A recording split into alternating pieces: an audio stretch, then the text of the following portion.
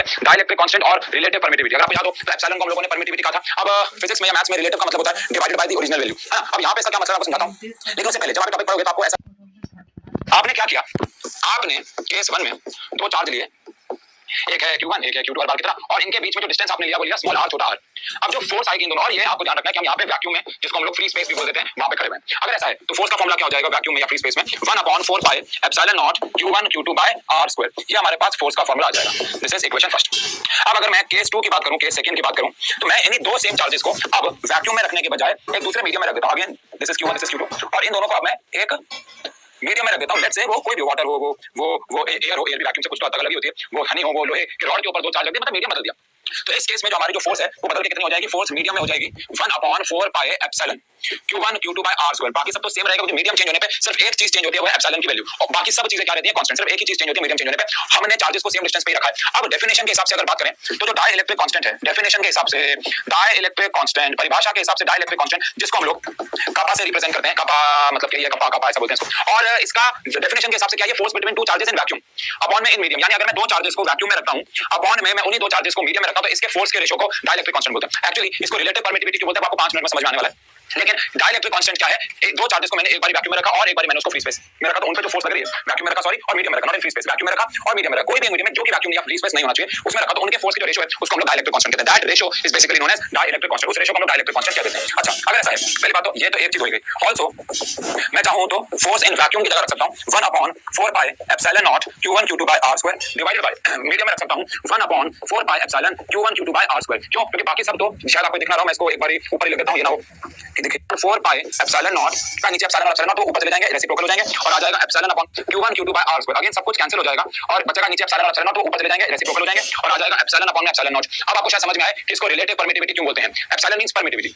अब अगर मैं किसी की भी परमिटिविटी निकालूं with respect to the original, original से हमारा कहने का मतलब वैक्यूम है, फ्री स्पेस है, तो किसी की भी परमिटिविटी अपॉन में permittivity of vacuum, permittivity of free space, इसका जो रेशियो है इसे हम लोग डाइलेक्ट्रिक कांस्टेंट भी कहते हैं या रिलेटिव परमिटिविटी भी कहते हैं। तो रिलेटिव परमिटिविटी भी से कहा जा सकता है, डाइलेक्ट्रिक कांस्टेंट भी। तो क्या कहते हैं कि इसकी एक और डेफिनेशन बन सकती है, और वो डेफिनेशन क्या बन सकती है आप जरा समझे। तो हेंस परमिटिविटी कह रहे हो, इसकी एक और डेफिनेशन बन सकती है, और वो है ratio of permittivity of medium with respect to permittivity of free space. समझे ना? यानी फ्री स्पेस जो है उसकी परमिटिविटी को अगर मैं नीचे रख दूं, और मैं मान लो वाटर की डाइलेक्ट्रिक कांस्टेंट निकालना चाहता हूं, वाटर का रिलेटिव परमिटिविटी निकालना चाहता हूं, इलेक्ट्रिक कांस्टेंट निकालना चाहता हूं, वाटर का रिलेटिव परमिटिविटी निकालना चाहता हूं, तो वाटर के ऊपर रख दूं। समझ रहे हो ना? मान लो मैं डाइलेक्ट्रिक कांस्टेंट निकालना चाहता हूं ग्लास का, लेट अस सपोज, तो ऊपर क्या आ जाएगा परमिटिविटी ऑफ ग्लास, नीचे क्या आ जाएगा परमिटिविटी ऑफ फ्री स्पेस। मतलब नीचे तो हमेशा फ्री स्पेस वैक्यूम की परमिटिविटी आएगी, ऊपर जो परमिटिविटी आएगी वो उसकी आएगी जिसका आप रिलेटिव परमिटिविटी या डाइलेक्ट्रिक कांस्टेंट निकाल रहे हैं। अब हर एक बार जब ये टॉपिक कराया जाता है 12th का बच्चा सोचता है ये क्यों कराया जा रहा है ना भाई, फोर्स का हमारे पास फॉर्मूला आ जाएगा K Q1 Q2 by r²। अब यहाँ पे K हमारे पास आ चुका है क्योंकि एयर है या वैक्यूम है, न्यूमेरिकल करते हुए एयर वैक्यूम लगभग एक ही बात होती है। K की वैल्यू आगे 9 × 10 की पावर 9, Q1 हमारे पास लगा रहे हैं। ये चारों के चारों चार्ज, इस वाले चार्ज पे कितनी फोर्स जो है वो एक्सर्ट करना है, ये हमें कैलकुलेट करना है। सबसे पहली बात आप इतना बताओ, अगर आप समझदार हो तो आप देख सकते हो कि ये वाला 2 कूलम का माइक्रो कूलम का, और ये भी हमारे पास 2 माइक्रो कूलम का है। तो अगर मैं यहाँ पे आपको वेक्टर की मदद से समझाऊं तो ये जो ए वाला चार्ज है इस वाले पे अगर इधर फोर्स लगाएगा तो ये सी वाला भी इस पे इधर फोर्स लगाएगा। ये फोर्स ए वाले की है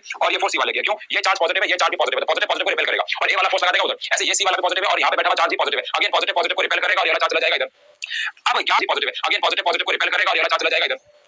अब क्या एफ ए और एफ सी की फोर्स इक्वल अपोजिट होगी? आंसर है, दोनों चार्ज भी सेम है, इनके बीच का डिस्टेंस भी क्या होगा, सेम होगा। तो एज फोर्स ए और फोर्स सी बराबर भी है और अपोजिट भी है, मतलब दे आर इक्वल एंड। अच्छा, अब यही बात हम लोग कर लेते हैं बाकियों के लिए, जैसे कि ये भी है, अब बी वाले पे चार्ज माइनस है, इस वाले प्लस है, ये से अट्रैक्ट करेगा, ये फोर्स हो गई बी वाले की। अब ये वाला चार्ज क्या माइनस, ये वाला क्या प्लस, ये भी इसको अट्रैक्ट करेगा। लेकिन अगेन हुआ क्या, जो एफ डी वाली फोर्स है और एफ बी वाली फोर्स है ये भी तो एक दूसरे के अपोजिट आ गई। अगेन एफ डी वाली फोर्स एफ बी वाले फोर्स के इक्वल और क्या आ गई, अपोजिट आ गई। अब अगर आप ध्यान से देखें तो ये वाली फोर्स इसे कैंसिल कर देगी because they are equal opposite, and ये वाली फोर्स से कैंसिल कर देगी। तो क्या मैं कहते हैं एज फोर्स ए, नो फोर्सेस कंजर्वेटिव भी है और लॉन्ग रेंज भी है। कंजर्वेटिव भी और लॉन्ग रेंज भी है, इसका क्या मतलब है? कंजर्वेटिव का मतलब दो चार्ज है हमारे पास, अगर मैं इसके अगेंस्ट काम करता हूं, मतलब कि कंजर्वेटिव फोर्सेस क्या होती है हमारे पास, एक पॉजिटिव चार्ज है और एक पॉजिटिव चार्ज है। अगर मैं दोनों को पास लेके आता हूं तो मैं फोर्स के अगेंस्ट काम कर रहा हूं, बिकॉज़ फोर्सेस चाह रही है कि हम उसको दूर लेके जाएं। वैसे 11th क्लास का टॉपिक है लेकिन आपको याद दिला रहा हूं, कंजर्वेटिव फोर्सेस होती है जिनके अगेंस्ट किया गया काम स्टोर कर लेता है एनर्जी की फॉर्म में, या फिर जिनमें किया गया काम पाथ पे डिपेंड नहीं करता। अभी के लिए दो पॉजिटिव चार्ज अगर मैं पास लाऊंगा तो मैं इलेक्ट्रोस्टैटिक फोर्स के अगेंस्ट काम कर रहा हूं। अब मैं छोड़ूंगा तो क्या होगा, वो दूर भाग जाएगा, उन्होंने अपनी एनर्जी को स्टोर कर लिया। ऐसे ग्रेविटेशनल फोर्स है, मैं ग्रेविटी के अगेंस्ट काम कर रहा हूं, अब मैं छोड़ूंगा तो क्या होगा, इसने पोटेंशियल एनर्जी की फॉर्म में स्टोर कर लिया, छोड़ने पे नीचे आएगा। लेकिन फ्रिक्शनल फोर्स एक कंजर्वेटिव फोर्स नहीं है। अगर मैं चेयर को रगड़ते हुए फ्रिक्शनल फोर्स के अगेंस्ट लेके चार्ज के और मास के सेंटर से लगते हैं,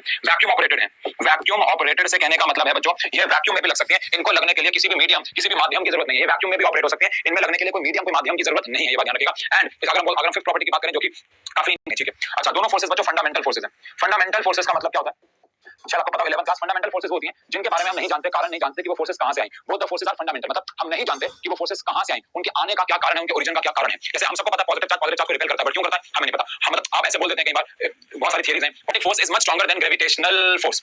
इलेक्ट्रोस्टैटिक फोर्स ग्रेविटेशनल फोर्स से काफी ज्यादा स्ट्रांग होती है। एक्चुअली अगर आपको 11th क्लास याद हो तो इलेक्ट्रोस्टैटिक फोर्स दुनिया की सेकंड मोस्ट स्ट्रॉन्गेस्ट फोर्स है after strong nuclear force. Electrostatic force और ग्रेविटेशनल फोर्स का कोई एक्चुअली देखा जाए तो मेल नहीं है। स्ट्रेंथ के बिहाफ पे बात करें, ग्रेविटेशनल फोर्स फंडामेंटल फोर्सेस में वीकेस्ट फोर्स ऑफ अट्रैक्शन है, तो बहुत ज्यादा स्ट्रॉन्ग होती है electrostatic force as compared to gravitational force. Can be attractive और रिपल्सिव, यानी ग्रेविटेशनल फोर्स जो है वो अट्रैक्टिव भी हो सकती है और रिपल्सिव भी हो सकती है इलेक्ट्रोस्टैटिक फोर्स। लेकिन ग्रेविटेशनल फोर्स आप सब जानते हैं हमेशा अट्रैक्ट होती है। दो मास कभी भी एक दूसरे को रिपेल नहीं करते ग्रेविटेशनल फोर्स वाइज, वो हमेशा एक दूसरे को अट्रैक्ट करते हैं। लेकिन चार्ज जो है, अगेन रिपीट करने वाली बात नहीं, पॉजिटिव पॉजिटिव सिमिलरिटी, और वो ये है कि ग्रेविटेशनल फोर्स जो है बच्चों वो मीडियम इंडिपेंडेंट है। अब मीडियम इंडिपेंडेंट का मतलब है कि मीडियम पे डिपेंड नहीं करती है। आपको शायद फॉर्मूला याद हो, ग्रेविटेशनल फोर्स का फॉर्मूला होता है जी इनटू में m1 इनटू में m2 अपॉन में r2। तो जो जी है आपको शायद याद हो, ये यूनिवर्सल कांस्टेंट होता था, इसकी वैल्यू होती थी 6.67 इनटू में 10 के power -11 newton metre square coulomb -2 kg -2। लेकिन ये जो वैल्यू होती थी ये कभी चेंज नहीं होती थी। आप हवा में हो, आप पानी में हो, आप शहद में हो, आप दूध में हो, आप किसी के दिल कहीं पे भी हो, उससे कोई फर्क नहीं पड़ता। ये जो फोर्स रहती है बच्चों, ये जो जी रहता है वो कांस्टेंट रहता है। लेकिन वहीं पे अगर हम कूलम लॉ की बात करें जो कि आप जानते हैं, वहां जो कांस्टेंट आता है वो के आता है, और जो के है बच्चों वो मीडियम चेंज होने पे चेंज होता है, जिसकी वजह से आप कह सकते हैं कि वैल्यू बदलेगी। तो जो इलेक्ट्रोस्टैटिक फोर्स है, इलेक्ट्रोस्टैटिक फोर्स जो है आप ऐसा कह सकते हैं कि ये मीडियम डिपेंडेंट है, ये मीडियम पे डिपेंड करती है, ये मीडियम डिपेंडेंट है। आप समझे? तो इस तरीके से यहाँ पे बात चलती है। डिवाइस हमारे पास यहाँ पे मान लेते हैं ये चार्ज है, ये पॉइंट चार्ज है। अब ये पॉइंट चार्ज अपने आसपास कितने एरिया तक, ये पॉइंट चार्ज अपने आसपास कितने एरिया तक अपना इन्फ्लुएंस दूसरे चार्जेस पे लगा सकता है। यानी कि देखो फील्ड का मतलब इलाका होता है। अब मैं कितने एरिया तक बच्चों पे इन्फ्लुएंस कर सकता हूं, वो मेरा इलाका है। मीटर लॉकिंग होती है, जिसे हम ऑन करके ऑफ करके गाड़ी को ऑन कर सकते हैं, वो एक सर्टेन रेंज तक चलती है ना। अब मान लो आपके पास तो सेंटर लॉकिंग ये वाला चाबी, वो चाबी जो है वो यहाँ पे पड़ी।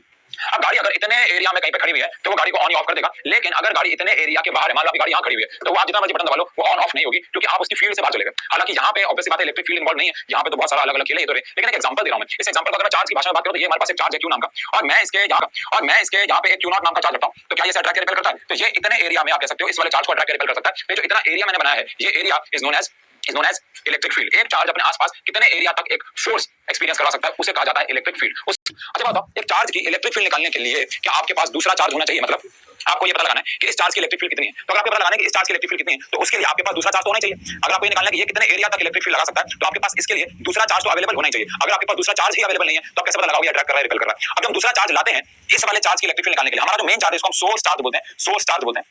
जहां से हम इलेक्ट्रिक फील्ड निकालेंगे, जिसके लिए इलेक्ट्रिक फील्ड निकालेंगे, जो इलेक्ट्रिक पैदा करेगा, दिस इज नोन एज हमारा सोर्स चार्ज। ये हमारे लिए सोर्स चार्ज है। अब ये सोर्स चार्ज दूसरे आसपास बैठे हुए चार्जेस पे फोर्स लगा रहा है, नहीं लगा रहा, इन्फ्लुएंस लगा रहा है, नहीं लगा रहा, वो चेक करने के लिए मेरे को एक और चार्ज तो लाना पड़ेगा ना। और वो मैं चार्ज कौन सा लाया हूं? Q0 लाया हूं। वो चार्ज मैं कौन सा लेके आया हूं? Q0। वो Q0 चार्ज लेके आया हूं। अब ये चार्ज क्या सकता है कि ये वाला चार्ज इस वाले चार्ज की इलेक्ट्रिक फील्ड को टेस्ट करने के लिए लाया गया। ऐसा बोल सकते हैं कि नहीं कि ये वाला चार्ज इस वाले चार्ज की इलेक्ट्रिक फील्ड को टेस्ट करने के लिए लाया गया। आई रिपीट, तो टेस्ट करने के लिए लाया गया ना, और इसीलिए इस वाले को हम एक टेस्ट चार्ज भी कहते हैं।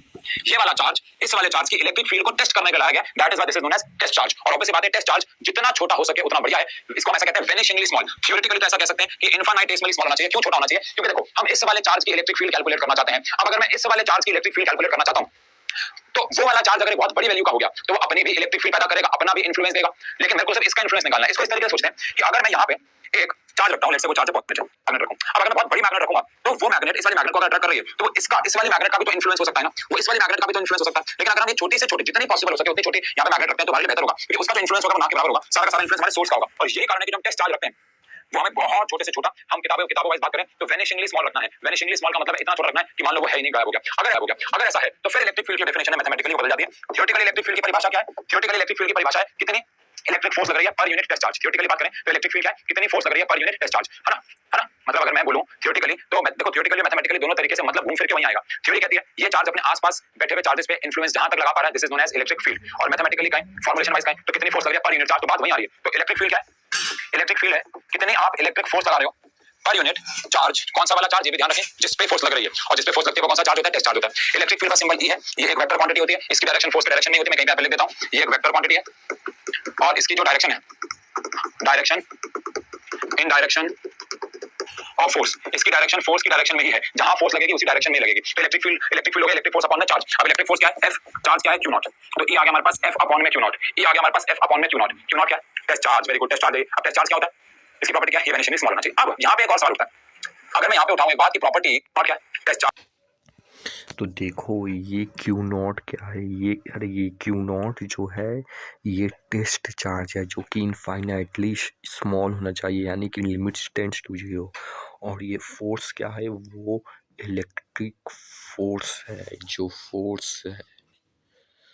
क्योंकि मेरा कारण दूसरा कारण ये assumed to be positive, assumed to be positive. हम इस चार्ज को पॉजिटिव मान के चलेंगे। इस चार्ज को पॉजिटिव क्यों मान के चलेंगे आप समझे। पहली बात तो ये तो क्यों नॉट चार्ज है, ये एक्चुअली तो कोई चार्ज होने नहीं वाला, क्योंकि ये तो इमेजिनरी है। अभी हम लोग जब electric field for point charge पढ़ेंगे तब आपको समझ में आएगा कि इसकी जो फॉर्मूले में वैल्यू नहीं आएगी। मतलब अभी आपको फॉर्मूले में क्यों नॉट दिख रहा होगा, तो चार्ज हमारे में दिख रहा होगा, बट हम पॉइंट चार्ज के लिए इलेक्ट्रिक फील्ड निकालेंगे तो आप देखना कि फॉर्मूले में क्यों नॉट आएगा नहीं। लेकिन वो बात की बात है। पहली बात ये है, पहला सवाल तो ये उठता है एग्जाम सर पर, मैं मान लो पॉजिटिव, इसको हम सोर्स चार्ज को डिस्क्रिमिनेशन स्मॉल लेने की बहुत छोटा होना चाहिए। और दूसरी प्रॉपर्टी बताई assume to be positive, ये पॉजिटिव माना गया। क्यों माना गया आप देखो, आप यहां पे जो चार्ज है मान लो पॉजिटिव, इसको हम सोर्स चार्ज को डिस्क्रिमिनेटिव फील्ड निकाल रहे हैं, और जब टेस्ट चार्ज लेके आए वो आप लेके आ गए पॉजिटिव और मैं लेके आ गया नेगेटिव, तो प्रॉब्लम क्या होगी। मैंने आपको अभी एक प्रॉपर्टी लिखवाई है कि जो इलेक्ट्रिक फील्ड है वो एक वेक्टर क्वांटिटी है और उसकी डायरेक्शन फोर्स के डायरेक्शन में। अब आप सोचो, अगर आप पॉजिटिव चार्ज के इलेक्ट्रिक फील्ड निकाल रहे हो और आप टेस्ट चार्ज को पॉजिटिव ले लेते हो, तो ये इसको रिपेल करेगा और आपके लिए इलेक्ट्रिक फील्ड डायरेक्शन आ जाएगी। लेकिन अगर मैंने नेगेटिव ले लिया तो मेरे लिए बता देगा, हम दोनों की इलेक्ट्रिक फील्ड की डायरेक्शन अपोजिट आ जाएगा। हम दोनों आपस में इसके ऊपर बात नहीं कर पाएंगे, वार्तालाप नहीं कर पाएंगे, कन्वर्सेशन नहीं हो पाएगी। आप कहोगे लेफ्ट, मैं कहूंगा राइट, तो ऐसी प्रॉब्लम्स ना हो, सबके डायरेक्शन वगैरह सेम आए। तो हमने टेस्ट चार्ज को ऐसा एज्यूम कर लिया, टेस्ट चार्ज को हमने ऐसा मान लिया, या हमेशा अगर हम लोगों को कहीं पे टेस्ट चार्ज लाना भी पड़ रहा है तो भी हम पॉजिटिव नेचर का लाएंगे, क्योंकि ताकि आपके मेरे सबके आंसर डायरेक्शन मैच हो जाए। तो इससे ध्यान रखिएगा टेस्ट चार्ज मैच हो जाए, तो इससे ध्यान रखिएगा टेस्ट चार्ज वैनिशिंगली स्मॉल होना चाहिए। And the most important thing is test charge assume to be positive. Formula हम ऐसे लिख सकते हैं कि electric field is force upon में test charge where Q naught tends to 0। शायद आप लोग 11th मैथ्स में पढ़ चुके हो। इसका मतलब होता है Q naught tends to 0। Limit डाली हमने, आप इसको लिमिट भी लिख सकते हो कि जो LIM, जिसको नहीं पता उसको बता दो, मैथ्स में पढ़ रखा होगा, शून्य होनी चाहिए। ठीक है जी। अच्छा, मतलब फोर्स अपॉन में चार्ज है, यस और नो, यस। तो यहां से अगर मैं यूनिट ऑफ इलेक्ट्रिक फील्ड की बात करूं तो फोर्स की होगी न्यूटन, चार्ज की होगी कूलम, तो आ गया न्यूटन पर कूलम, आ गया न्यूटन पर कूलम। ठीक है, done done done done. Also अगर मैं इसके डायमेंशंस की बात करूं, इलेक्ट्रिक फील्ड के डायमेंशंस की बात करूं, तो ऊपर आ गए फोर्स के डायमेंशंस और नीचे आ गए चार्ज के डायमेंशंस, क्योंकि फोर्स अपॉन चार्ज है। अब फोर्स के लिए mLt-2 होता है और चार्ज के लिए होता है I into में t, यानी चार्ज होता है करंट into में टाइम। तो करंट के लिए I हो गया, in some cases we can also use A for current, but ठीक है I भी लेते हैं, t आ गया। तो अगर मैं इनको ऊपर ले जाऊं तो मेरे पास आ गया mLt-3 I-1, this is the dimension of electric field.